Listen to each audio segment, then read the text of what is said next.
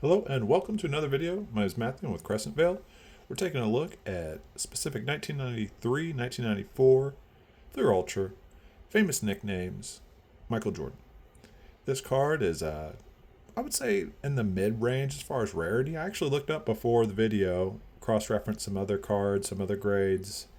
Some context about it is this card was, the famous nickname insert was inside of one out of every 37 packs, which was just not exactly a box of packs, but so essentially almost every time you open a box, you would get a chance of opening one of the 15 inserts named famous nicknames. There's 15 different ones: Shaq, the Admiral. I'm trying to think of some other ones off the top of my head. Those are the two that came to mind because they're a bit of the more famous nicknames, right? And it's just, I love this card. I really do. I have the Shaq version of it as well. But this card, it goes raw for about $30. I think I spent around that, in between $30 and $40 buying it raw. I bought it online. And just some other quick facts about it. If you get a PSA 10 of this, if it grades out at a 10, it's $1,200, which is substantially different than a $30 card. The 9 is about $190, and the 8 in a PSA is $50. So that almost doubles your money if you get an 8. Now there's grading costs behind it. So I'm not discouraging any other grading companies. I'm just using them as a reference, what kind of value they add. And a quick disclaimer for every video we do. These cards are my grades. They are estimates. They are not guaranteed to cross over to these other grading companies at that grade. And yeah, they're self-graded. They're raw. It's my disclaimer. Every video, every post. It's always going to be there because transparency is key. And I actually had somebody reach out yesterday, really nice of them, on YouTube, left a comment when I was leaving a comment on another video, one of my favorite YouTubers. Tyler, shout out to you. So the comment was, hey, I want to send some of my cards to you to grade. And I am slightly thinking through how that process will work. And because I still look at myself as early on. I think I've only done 5. I've done 5 of these so far.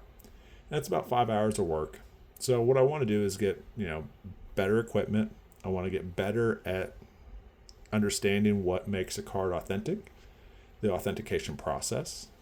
I'll follow up with a person, talk to them individually, but I don't know if I'm really ready to take on additional grading.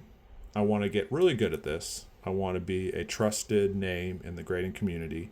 I think each of these videos, every time I do a post, that's just opening the doors for transparency. There's a TV show called Unreal right now with WWE, and they really attempt to show what's going on behind the scenes. And I'm kind of like, this is the Unreal version of sports card grading, because right now I don't see a lot of that in the other grading companies. And why not?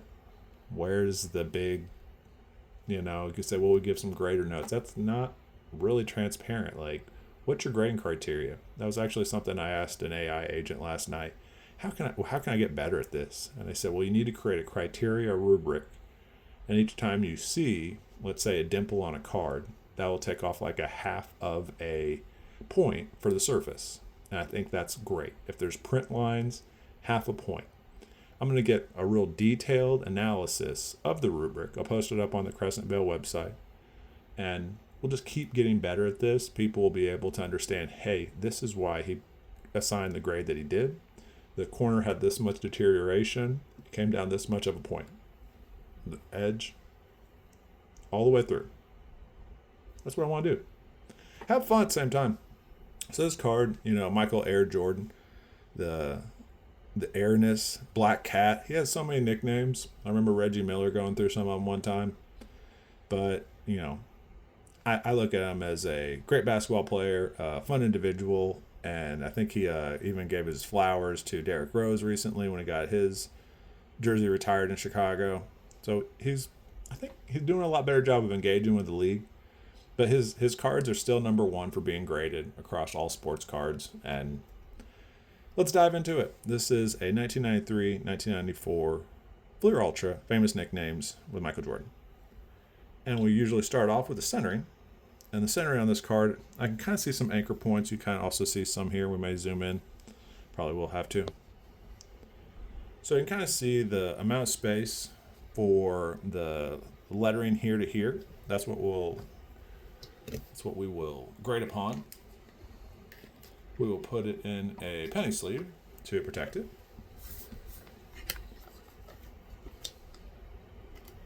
And what's interesting, my last card that I graded, and I even said it in the video, and I'm going to reiterate it. These thicker cards, I can't really see it, but it was an Anthony Edwards Immaculate 130 point. So I gave it an 8.5. I don't want to say comical, but Grok, the AI agent, got all my high definition photos, and it gave it a 10. And I'm just like, it's not a 10. Like, there's obviously some, imperfections on the edge. Grok, that's perfect. I'm like, no, it's not perfect. So right now, Grok needs to work on its grading and its grading criteria as well, right? So we can see here, and I'm really usually looking for 3 millimeters is my ideal spacing. And I'm gonna say there's 3.5 here, in between 3 and 4 on this right edge. So I'll say 3.5 there. I will use the bottom of this logo as my anchor point. And I am right at 3 there.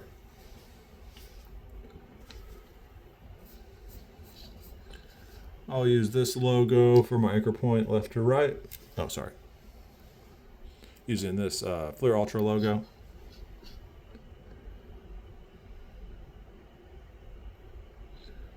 Three on that side. And the top also using the logo. Can I see there?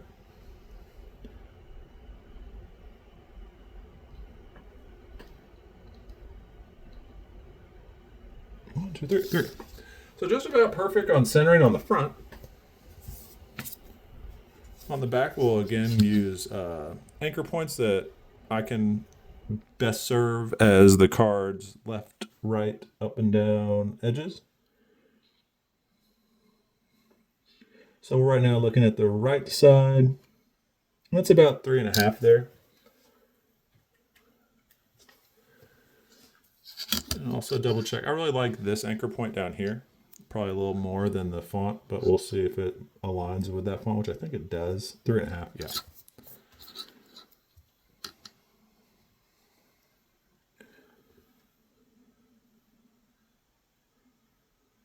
we're at 1, 2, 3 at the bottom.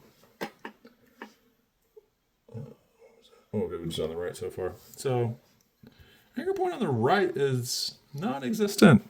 I like to always show that whenever I don't have an anchor point to work with. Now I do have it, 3.5 on the right and on the bottom. And in a perfect world, if the front and those two anchor points are fairly similar, that's really what I have to go on this one. So overall, I'm going to give the centering on this one a, let's see here, 3.5, 3, 3, 3, 3. Can't get those two. I'm going to say 9.5 on grading. And feel free to always provide, if you have additional information in the comments, like, hey, you could use this for an anchor point. But yeah, overall, centering, 9.5. Okay, time to look at the edges.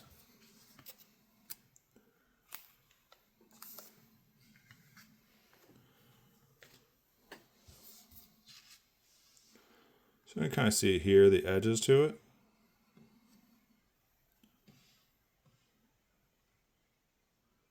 It looks really crisp. Those edges look great. I'm not seeing any imperfections on the edges. And just the word crisp comes to mind. So this is right now falling for me between a 9.5 and a 10 for the edges and the corners too. The corners are really sharp. This card possibly should get sent off to the pros to get part of that $1,200 if you get a 10. Isn't that crazy?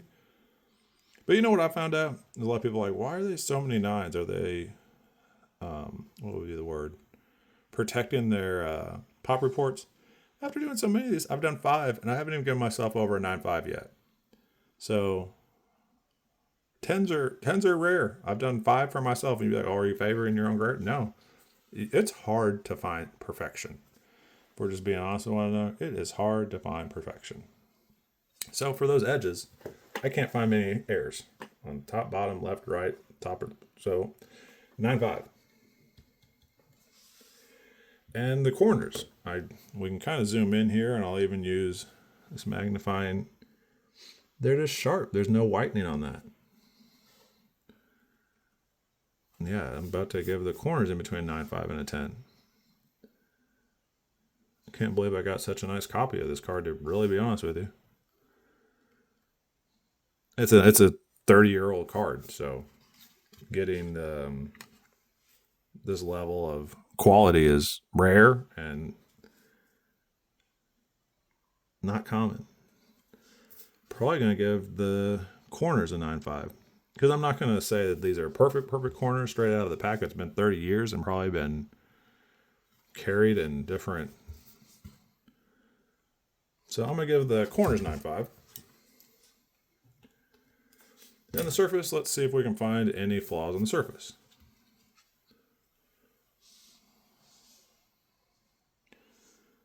We're just looking for any imperfections. I think you can kind of almost see something right there.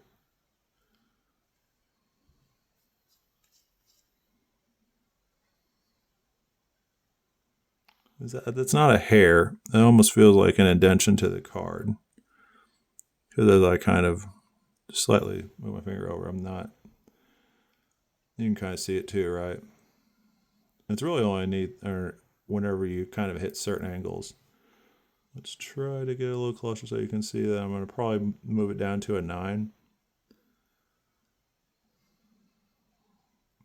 It's not much of a, and there might be, so this might even get an 8.5 for the, let me try to show you what I'm seeing here. It might just be, there it is.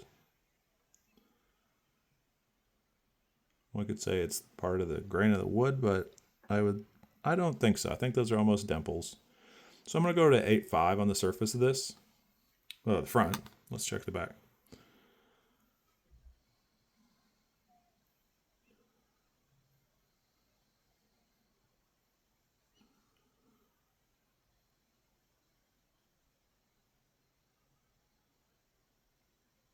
Can't find any flaws on the back surface. We're going to go to 8.5 for the front. So an 8.5 and a 9.5 will go to a 9. And then 2 other 9.5s and 1 9 would show overall 9.5. What we got overall for the grades were 9.5 for the centering, 9.5 for edges, 9.5 for corners, 8.5 for surface. And then our overall grade is going to be a 9.5 Mint Plus.